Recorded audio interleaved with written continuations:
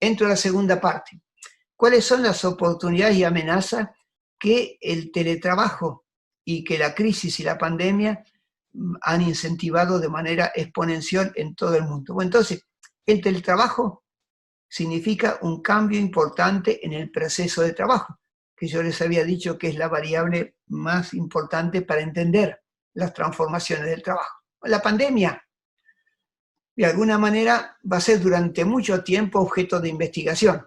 Bueno, porque va a durar mucho y de alguna manera tiene rebrotes, ¿no? Bueno, la difusión básicamente interrumpió las cadenas globales de valor y la producción.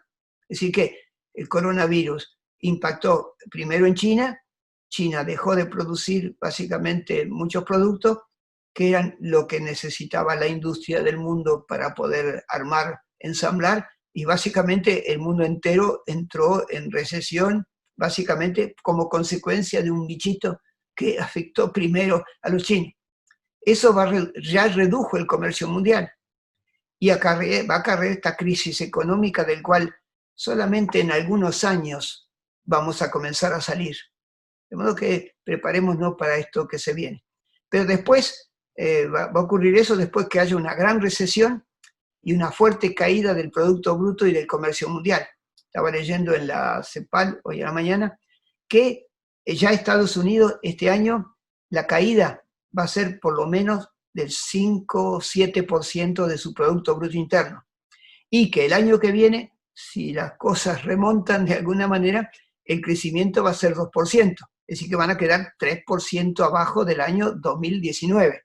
¿Entienden? Bueno, entonces, para Argentina, los cálculos dicen que la caída del producto va a ser de más o menos 10%. Es decir, más que la crisis del 2001. Bueno, piensen ustedes que entonces la pandemia va a desatar esa crisis del capitalismo que estaba un poco larvada. Bueno, entonces, esto de vuelta nos mostró la pandemia, nos explicó cuáles son las cosas que son esenciales, los bienes esenciales, ¿no?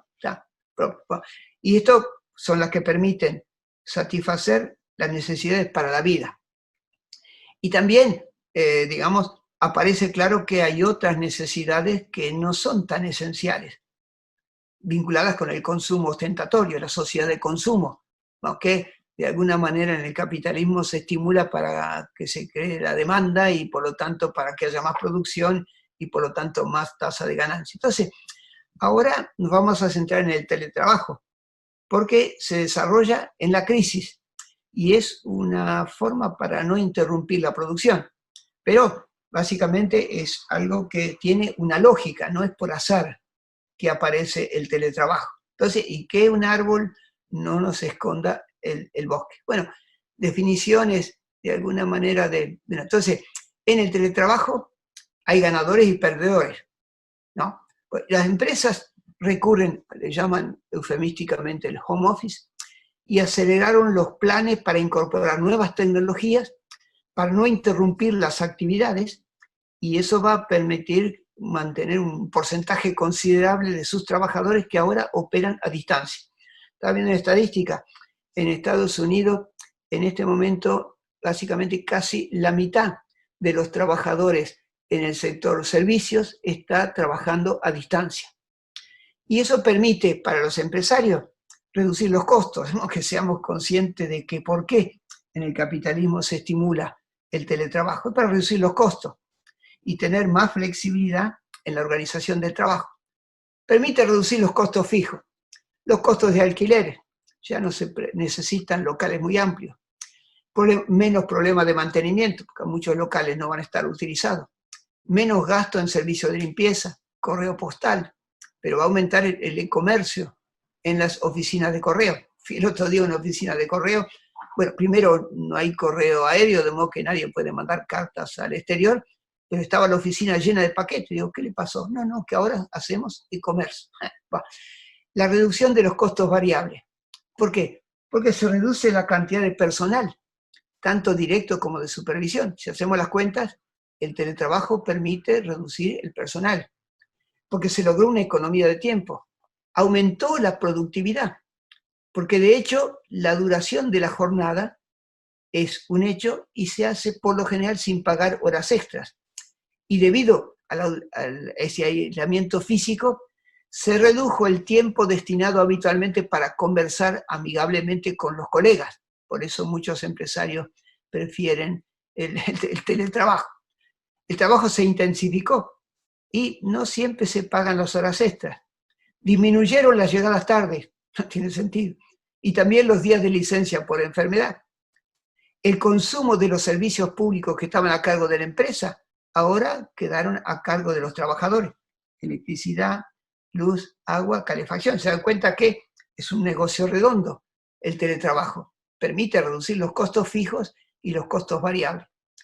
Y a los trabajadores se les permite entonces trabajar a distancia, redujo el tiempo de transporte y los costos no solo para la comida, sino también para el aseo personal y la vestimenta, y esto es muy valorado porque permitió a los minusválidos y a las mamás con niños de corta edad cuidarlos y trabajar sin salir de su casa. Como que hay trabajadores que están contentos con el teletrabajo. Pero básicamente muchas de estas tareas estratégicas para las empresas se van a hacer dentro de los domicilios, generando un comportamiento aislado, es decir, se aísla el trabajador, pero va a estar sujeto a vigilancia y control por medios electrónicos. Es decir, lo central del capitalismo, la vigilancia y el control sobre los trabajadores, pero ahora se puede hacer sin la presencia del supervisor o del jefe en la oficina. Son medios electrónicos.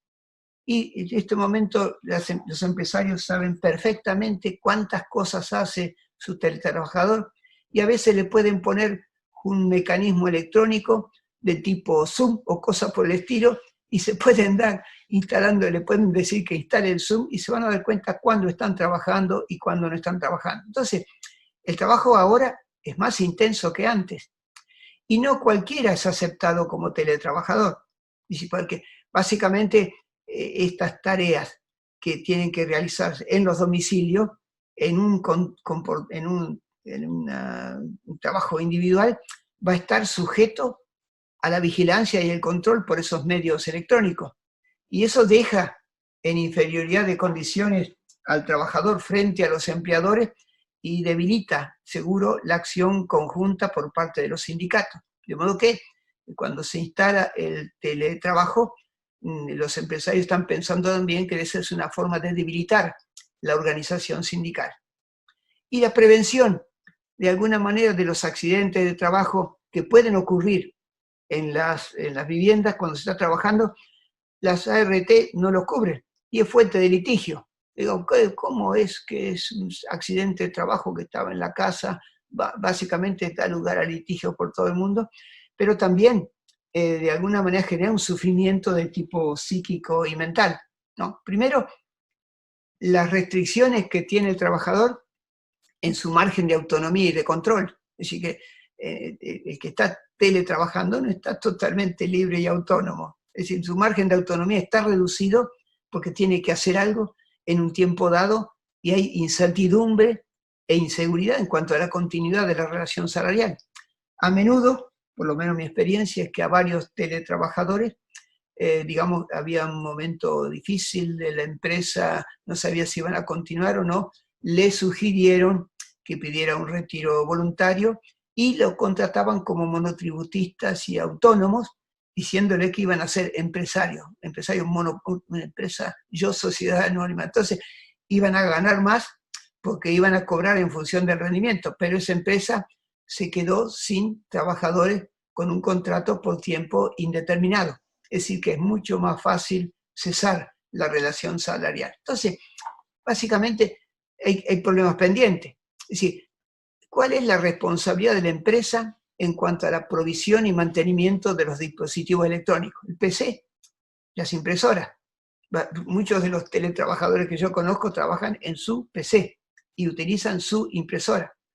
Y el software y el antivirus, bueno, a veces se lo da la empresa, pero normalmente o lo pueden descargar gratis. Bueno, el extintor de incendio, el botiquín, la mesa y la silla ergonómica, no cualquier silla, los teléfonos celulares requeridos, los seguros contra robo y rotura de los equipos, ¿quién asume ese costo?